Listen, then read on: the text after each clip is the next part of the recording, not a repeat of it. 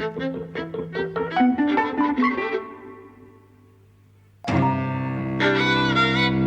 and welcome to Eavesdropping at the Movies. I'm Mike. And I'm Jose. And today we're talking about The Garment Jungle. A film with a terrible title, I think. I kind of like it, actually. Garments. It reads like one of those 1950s pulp detective novels. The Garment Jungle. Yes, well. It's based not on a pulp novel, but on a Reader's Digest article about the infiltration into the garment district in New York of organised crime. So the film is about a small-ish company, not one of the giants, that's run by Lee J. Cobb, and how he has been using the mob to bust unions, and how that kind of gets on top of him. His son comes back from the Korean War and is new to all of the developments that have been going on. He's just kind of your way into the movie, I guess, and the catalyst for change. I mean, I found it quite a surprisingly interesting drama about labour and that kind of thing. I mean, to have an American film just immediately after the House of Un-American Activities, but still, it's in the 50s, so there's still all that communist hysteria. To be pro-union is really quite something. This is 1957 this came out. And there's a whole thing in the production of the film we were just reading about, where the original director, Robert Aldrich, wanted the film to be grittier and really more pro-union than it was, although I think it quite clearly... I think it is. I mean, sides with the union. It does, yeah. Well, the thing about this film is that it sides with the union, but it has this effect of making the union's interests concomitant with those of business. Yeah, so the interests of business and the unions are one and the same, right? Which is very different from life. Yeah, so it reconciles that contradiction. And it lays the blame on the mafia rather than on, business wanting to exploit the workers as much as possible. Yeah. Yeah. So after a few weeks of filming, Aldrich was fired and replaced with Vincent Sherman, who we were just talking about some of his greatest hits, and none of them really appear to be all that great. He was a working director. I read his biography, Vincent Sherman. He directed Mr. Skeffington, the Bette Davis film, and went on to, a career at Warner Brothers as a second-rate director of A films initially, yeah. So he was directing big stars like Joan Crawford in big-budget films, but, he wasn't anybody's first call to direct them. Michael Curtiz was the top director at Warner's in this period. And then, if they needed somebody to cope with very difficult women, Vincent Sherman was called upon because he wasn't above sleeping, with Bette Davis or Joan Crawford to calm their nerves. We should always say that. Which always made the film run smoother. Well, as indistinguished as his film career may ultimately be, it's not that interesting. I found the direction of this, although I suppose it's difficult to tell when a film's been partially reshot, who's responsible for what. I found the direction of this reasonably elegant, actually. I don't think the direction of the acting is all that great, and I think they don't have a great script to work with. I was just going to say, so that's very interesting because the shots, like the composition of the shots, the angles, the fluidity of the camera, there's on-location shooting and the matching of the studio with the on-location, that's all terrific, right? But there's something disjunctive, which is, he's got fantastic performers, and the film is full of awkward pauses, of false reactions, of, moments that are just very badly directed in terms of actors, and that you cannot blame the actors for, because some of the actors are really amongst America's greatest actors, like Lee J. Cobb, So there's like a kind of, there's a cinematic nous involved in the filmmaking, but there's also a heavy-handedness or a lack of fluidity, flexibility. Which is more in the storytelling, or more in the like I say, in the dialogue. I do think it's a very bad script, especially early on. Some of the writing is really plain and obvious, and people stating very obvious things and that kind of thing. It does not hold much promise, I guess. It's hard to blame the writing in a way because the film was originally meant to be one thing, and then it was taken over by another director, and contorted to say something else. Yeah. Right. So, I mean, so that's why the writing. I don't mean to blame like any one in particular, I guess, but it's just a problem with the film. This is the effect that's had. And that's a good way of looking at the film, I think. But actually, when it gets into the kind of triangle, I suppose, between the son, the union organiser, and his wife, I found that stuff really engrossing and really interesting. And the union organiser in particular... Robert Loggia is the actor's name. Tullio, played by Robert Loggia.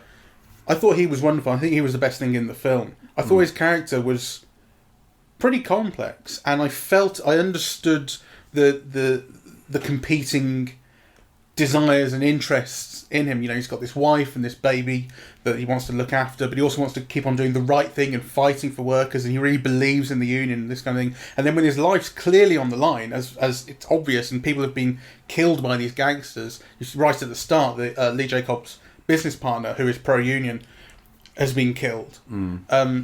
I suppose you could say it's stupidity and it's impractical. Like, he knows he's putting his life on the line and he shouldn't be because he's got other things to worry about.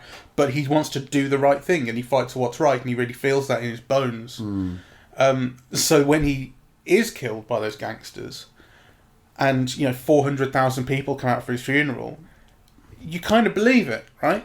Actually, that looks like archival footage of something. Oh, yeah, the actual footage has to... I don't know what that's from, but... Yeah, it's amazing. I mean... I was thinking, or my questions about this film is, why would anyone who's not a scholar, or who's got some scholarly interest in areas that the film touches on, why would anyone want to watch this film? Because in some ways, it's kind of, it's very pulpy. It's only 88 minutes, but I found it slow. So why put it out in this magnificent box set? Done by Columbia. So it's Columbia Noir 1, the box set that the film comes from. And the film actually looks magnificent. It's a fantastic copy. They've done a fantastic job, Indicator.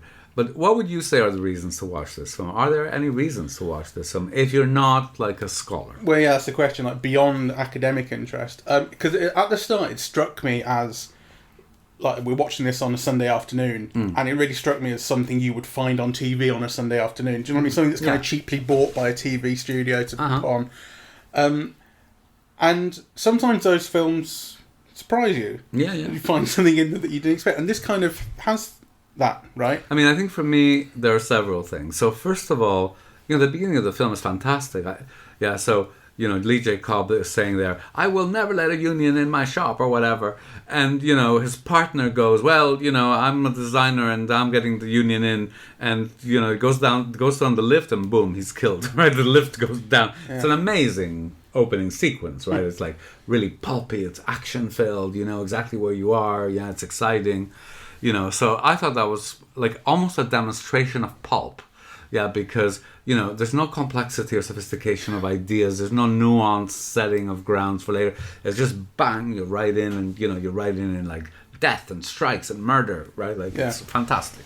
The other thing that I loved very much was that it's a film about the garment industry, right? And so it touches on fashion, and the film tells you, right, all these gowns are by Jean-Louis, right? And they are very beautiful, and so you have, like, that conflict between appearances, and sweat, right? And actually that is designed into the film itself, right? Where you have like the fancy office, the showroom where the clothes are shown, and then you open this barred door and, you're right in the sweatshop, right? With like hundreds of people kind of, sweating away. So I thought that, that's kind of, that could have been developed into a really interesting theme, the distinctions between the front of the house, the back of the house, the facade and the real underneath, but and I think it's there somewhere, but it's not kind of consistently laid out. But that's, to me, a kind of a really interesting thing. And the other reason to watch the film is because I think it powerfully evokes a documentary flavor of a way of life and a way of work. I mean, you get a real sense of the garment industry, of the neighborhoods, where it took place, of, there's a lot of location shooting. A lot of location shooting, which almost can't help but make you wonder my God, those posters, the way that the shop windows are, there's a whole huge fancy kind of shop that wraps around the huge building that just sells cigars. Who knew that cigars were so popular at one point? Yeah, so that flavor for the way things were, a way of life that no longer exists. The type of people who worked there and where they lived. That's all very powerfully evoked in the film, I think. Yeah, I think the location shooting really, really helps the film, because there's so often you see a film where it's been shot on sound stages and you feel the fakeness and you feel the kind of inauthenticity, and here you'd feel that sense a lot less. You actually feel it. These are the streets of New York where these actions are happening, these conversations are happening. I mean, obviously most of it must have been filmed in the studio, but it's really well matched with those, with that documentary footage. Yeah, well, I was reading that. Well, obviously the stuff on streets you can tell has been shot on streets, and I was reading that the kind of shop floor was a real shop floor that they bought and kitted out themselves, but it was a real space. So, maybe more real than you even thought. Yeah, you can tell in a way. But there are things that really don't work. So here are some of the best actors in America of that period, and here are some of the worst, right? So you have Lee J. Cobb and his son, and the son is terrible. He's the worst thing about the film. Who is he? What's his name, by the way? Yeah, so Kerwin Matthews. Do you know the name? No, I didn't until now. Kerwin Matthews. That's his Wikipedia profile picture. That shirt. Looking very fabulous. That says Jack the Giant Killer. So he's best known, according to Wikipedia, for playing the titular heroes in The Seventh Voyage of Sinbad, The Three Worlds of Gulliver, and Jack the Giant Killer. He was gay. Oh. His partner was Tom Nichol from 1961 until Kerwin's death in 2007. All of a sudden he's more interesting. Of course he is. But I mean, I didn't know him, and I thought he was terrible in this, and I could see why I'd never heard of him before on the basis of this, because he handles his dialogue very, very badly. I don't think he does an interesting thing with his facial gesture, his performance. He really kills scene stone dead. Lee J. Cobb is a wonderful actor and a wonderful presence, and I love him. I don't think he's given enough interesting to do. I think he does the best. He makes what he can interesting. But I don't think the character is not an interesting one. Exactly, the character is not rich enough. I think the most interesting ones for me, the most interesting characters and actors were the union busting couple. Yeah, it's a pity that the film wasn't about them, actually. Although I do like it, kind of is for a bit. I mean, I do like there's a shifting focus, I guess. To start, I really thought it's all about Lee J. Cobb's character. He introduces the film. It's all about him. He's the star. And then the son comes in and he hears this rumour about his dad, or this the union guy says, "Oh, your dad had his partner killed."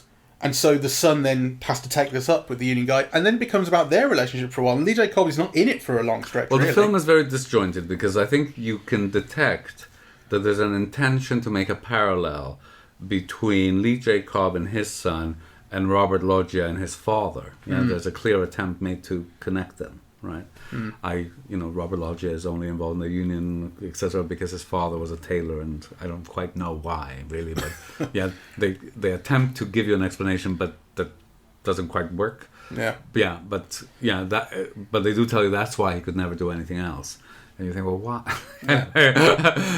So there is meant to be a parallelism between them. But it's just not well worked through. But in terms of the kind of, like I say, the shifting focus, I think it's going to be about this one character, and then it's not for a while, and actually it's not the smoothest thing, but actually it kind of made sense. Like the focus goes from this character to this character to this character, and so although Lee J. Cobb is name on the poster or whatever, he's a star. I suppose the disappointment, if anything, is that he's not in it very much, because there is so much focus on these other characters. But the benefit of that is that the other stories are probably a bit more interesting. I mean, I don't know. The film is full of so many interesting things that don't work out. So, for example, I love the way that Robert Loggia is killed. That he's killed, that he's held down by his own colleagues, by his own union members, right? That could have been made much more potent. It could have been made much more symbolic, right? It's like a Judas moment, right? It's not really played through. The fact that he's got a witness, that his witness is also a friend of his, but he's so afraid of his life that he runs off, leaving him to die on his own. You know, when he goes to confess to the wife, that's very badly handled. You know, I think he should have been given much more sympathy. I mean, who wouldn't run away in a way? Yeah, you've got a wife and your own child, and someone's been killed in front of you. I mean, I think the first impetus is to run away. So I thought that the whole scene was played terrible, as if he'd committed as if he'd been the one who stabbed the husband, right? So I think that should have been played differently. I'm not saying that what he did was right, to run off and leave his friend to die, but certainly it's understandable. And also, you don't see him watching his friend die. You know, you just see him running away, right? So I didn't feel that in that scene, I must say. I felt like, because he's going to the wife and he's apologising, and you know, because he, as inadvertently or not, you know, his inaction did contribute to the death. And he's terribly sorry, and he wants to kind of try and come clean, you know, apologise. And I don't think, you know, it's certainly understandable that the wife is distraught and attacks him. And it's also understandable that he feels as terrible as he does. I wouldn't expect him to come in and say, well, it was awful, but I had this reasoning. Let's distinguish. And I don't think it's the film that is treating him badly either. Well, you see, I do. I think, so let's distinguish between what he's feeling, what the wife is feeling, and how the film is showing, right? And I can completely understand his own feelings of culpability. Yeah, I mean, who knows? Maybe if he'd done something, he could have saved them. We don't know that, right? But he didn't put the knife in. He didn't kill him. No. Yeah, he just didn't save them, which is different. The wife running off the rails like that, I don't quite get. I mean, I can understand her being distraught, but blaming him for the murder of her husband is just completely wrong, you know, in my view. And the film treating it as if it is kind of concomitant, as if it is the same thing, is a stupid, ideological American conception of heroism in a kind of a Cold War climb. Yeah, that's the thing. It didn't come across me that the film was expressing a point of view on that. How do you feel it did that? It's asking us to judge the guy and find him wanting, to blame him for the murder, which I think is wrong. I didn't think that.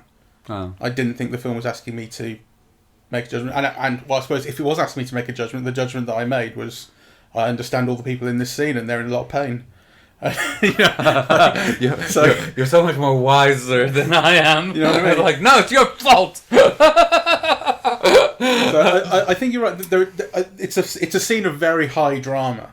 You know? Of excessive drama. Yeah. So maybe that's, I guess, what's pushing you in the direction of saying, well, the film wants you to feel the height of... But the thing is that the high drama for me, the heightened drama, to me, is an expression of the character's pain, as opposed to an expression of any kind of moral judgment that the film... Well, you see, but the whole scene is about moral judgment. It's about culpability and forgiveness and confession. That's what it's about. He goes there to confess, you know, says, I'm guilty. The wife says, you kill her. Yeah. So actually, these things have to be resolved in the scene, and they're not very well. Yeah, maybe. It's about the people, though, not God's judgment. You know. I didn't have a problem with that scene, I must say. And yet, you know, you couldn't wait for it to finish. So, kind of. No, that's not quite true. Because you'll notice for a while, I really shut up in the film. You know. You know, so I made a few comments, you know, at the start about, this is a bit stiff and what have you, and I think you agreed. No, I did. But then I shut up for a while because it got really interesting.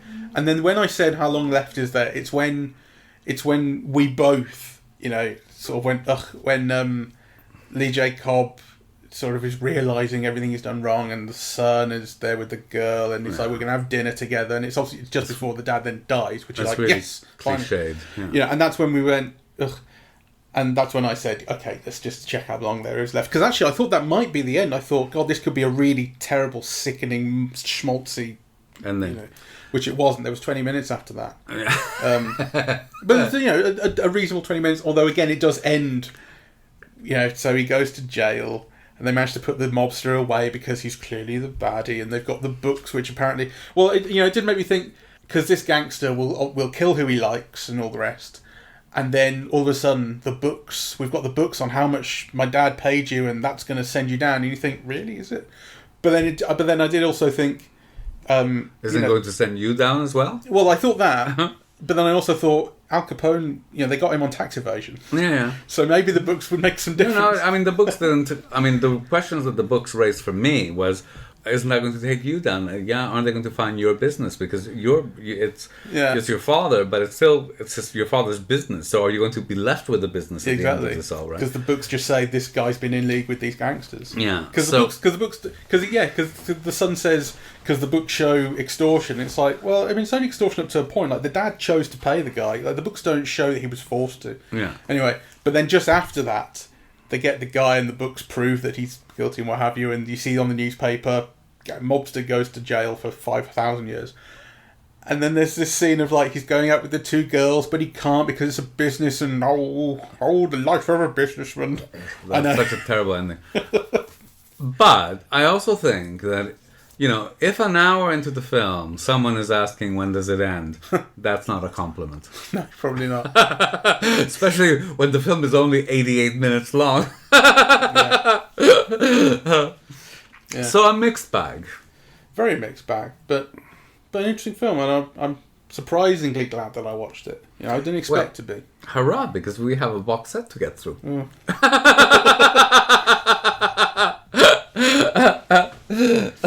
But I do want to reiterate that the thing I'm really most surprised by about the film is how appealing it was to look at.